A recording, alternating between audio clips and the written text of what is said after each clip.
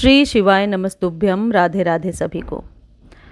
भारतीय संस्कृति में पेड़ों का स्थान जो है अत्यंत प्राचीन है। वेद जैसे ऋग्वेद और अथर्ववेद में प्राचीन ग्रंथों में पीपल, नीम और तुलसी जैसे पौधों के लिए औषधि और धार्मिक महत्व का विस्तार बताया गया है। मानव सभ्यता हमेशा से भोजन, आश्रय और औषधि के लिए पेड़ों पर निर्भर करता है। तो ये जो पेड़ पौधे हैं ये हमारे लिए बहुत ज़रूरी हैं।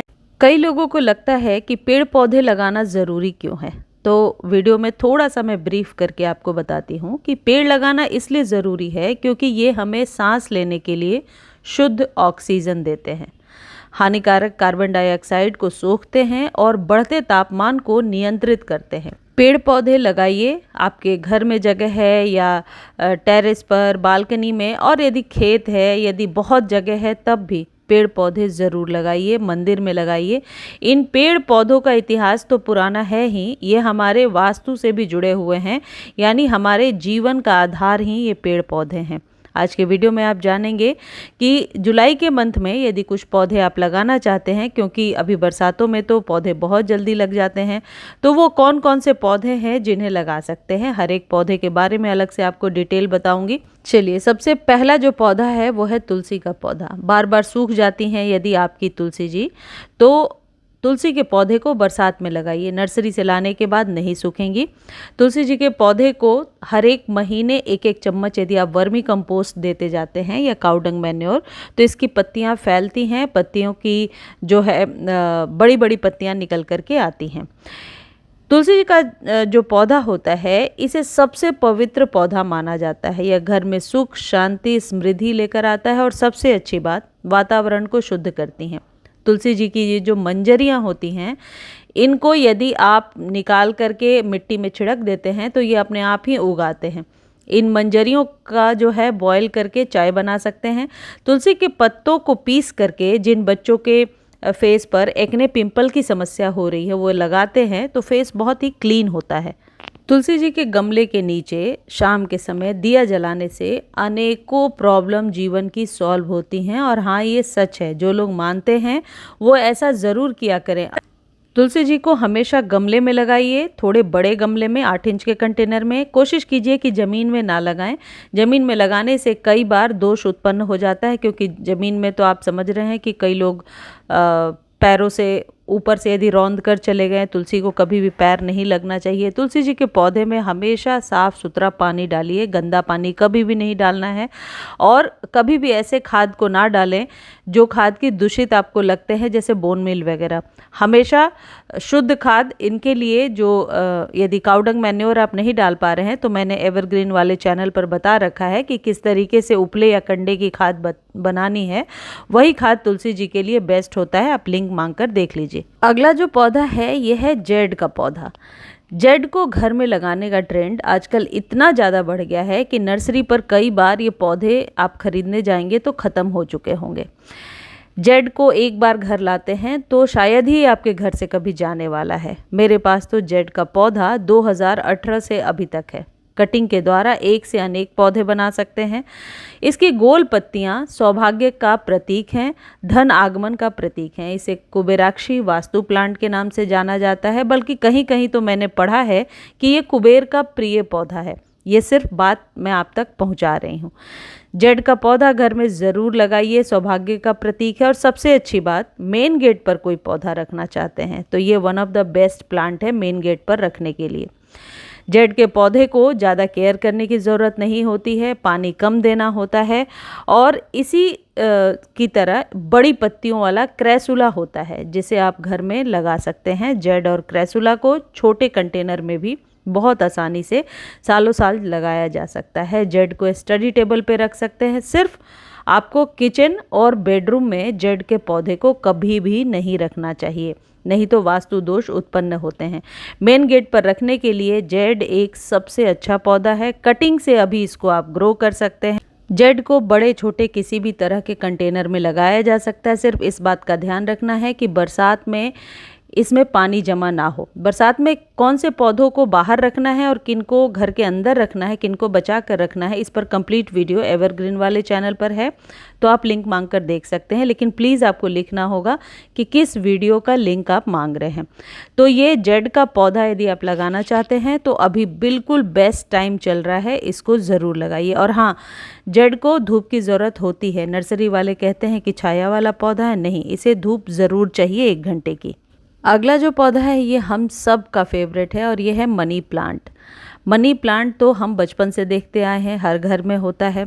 बस एक ही प्रॉब्लम रहती है, मैंने कई घरों में देखा है कि मनी प्लांट ज़मीन पर बिखरा होता है या बालकनी से पत्ते नीचे की तरफ लटका देते हैं। ऐसा कभी नहीं करना है, हमेशा ऊपर की तरफ बांधना है। मनी प्लांट को ज़मीन पर नहीं फैलाना है।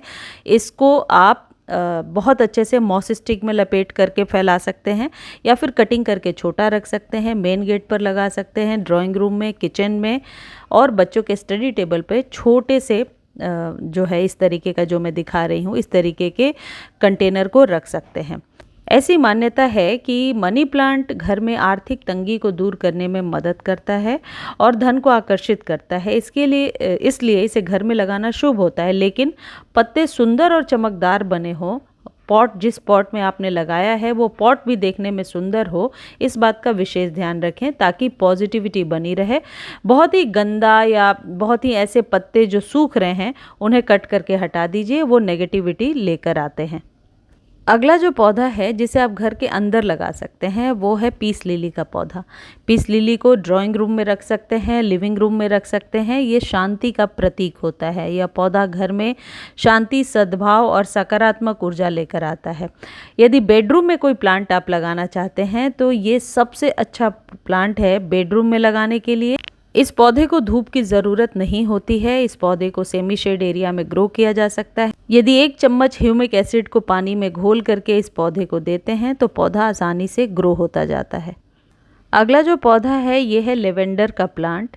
इसकी खुशबू तनाव को कम करती है, शांति लाती है, अच्छी नींद में मदद करता है। वैसे भी यदि इस पौधे को आप गमले में लगा करके अपने टेरेस पर या बालकनी में रखते हैं तो इसकी खुशबू की वजह से बहुत सारे कीट पतंग नहीं आते हैं, मक्खियाँ वगैरह भी नहीं लगती हैं, मच्छर नहीं लगते हैं। इसलिए भी इस पौधे को घर में लगाना ज़रूरी होता है और ये लेवेंडर का प्लांट है। अगला जो पौधा है ये बहुत ही पॉपुलर हाउस प्लांट है और ये है रबर प्लांट। फेंग शुई के अनुसार इस पौधे की गोल पत्तियां धन और वित्तीय समृद्धि को आकर्षित करती हैं। रबर प्लांट को घर में ज़रूर लगाइए, घर के अंदर भी लगा सकते हैं। रबर प्लांट को तेज़ धूप में भी रखा जा सकता है। यदि पौधा 2-3 साल पुराना है, सेमी शेड एरिया में रख सकते हैं।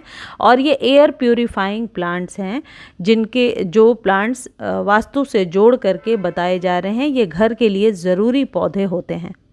अगला जो पौधा है एरिका पाम। एरिका पाम घर में ज़रूर लगाइए। यह घर के वातावरण को तरोताज़ा रखता है और वास्तु के अनुसार सौभाग्य व पॉजिटिव एनर्जी लेकर के आता है। एरिका पाम एक एयर प्यूरिफाइंग प्लांट है, इसलिए भी इसे घर में लगाया जाता है। छोटे कंटेनर में बहुत ज़्यादा हरियाली देता है। इसे सेमी शेड एरिया में लगाना है, धूप में नहीं। क्रोटन रंग बिरंगी पत्तियों वाला एक बहुत ही खूबसूरत पौधा है जो हवा में मौजूद जहरीले गैसों को सोखने की क्षमता रखता है। तो क्रोटन का पौधा, एग्लोनिमा और गेंदे का पौधा, ऑर्किड, ये सब घर में ज़रूर लगाइए आप। और यदि पेड़ नुमा कोई चीज़ लगाना चाहते हैं, कोई पौधा लगाना चाहते हैं तो शमी के पौधे को लगा लीजिए। ये जो पौधा मैं आपको दिखा रही हूँ इसको लगाने का भी सही टाइम चल रहा है, कटिंग के द्वारा भी ग्रो हो जाता है। ये पौधा घर के अंदर ग्रो नहीं होता है, इसे घर के बाहर ग्रो करना है, तेज़ धूप में बचाना है। लेकिन 1-2 घंटे की धूप इस पौधे के लिए ज़रूरी है। क्रोटन की पत्तियाँ बहुत ही रंग बिरंगी तभी लगेंगी जब इस पर धूप पड़ेगा। सेमी शेड एरिया में इसकी पत्तियां येलो होने लगती हैं और इसका जो ये वेरिगेशन आपको दिख रहा है ये ख़त्म होने लगता है। तो क्रोटन के पौधे को अभी आप घर में लगा सकते हैं। यदि आप घर के मेन गेट पर या ड्राइंग रूम में, लिविंग रूम में या फिर किचन में कोई पौधा रखना चाहते हैं तो एग्लोनिमा का पौधा रख लीजिए। एग्लोनिमा के बहुत सारी कलर्स, वेराइटीज़ अभी नर्सरी पर मिलेंगी। रूट डिवीज़न से अलग करके ये पौधा 1 से 2 आसानी से बनता है। एग्लोनिमा एयर प्यूरिफाइंग प्लांट तो है ही, लेकिन एक बार ये पौधा घर आता है तो जल्दी ख़त्म नहीं होता अनटिल और अनलेस आप इसमें ओवर वाटर ना करें। सिर्फ ज़्यादा पानी की वजह से ही ये पौधा ख़राब होता है। खाद आप 45 डेज़ पर दे सकते हैं।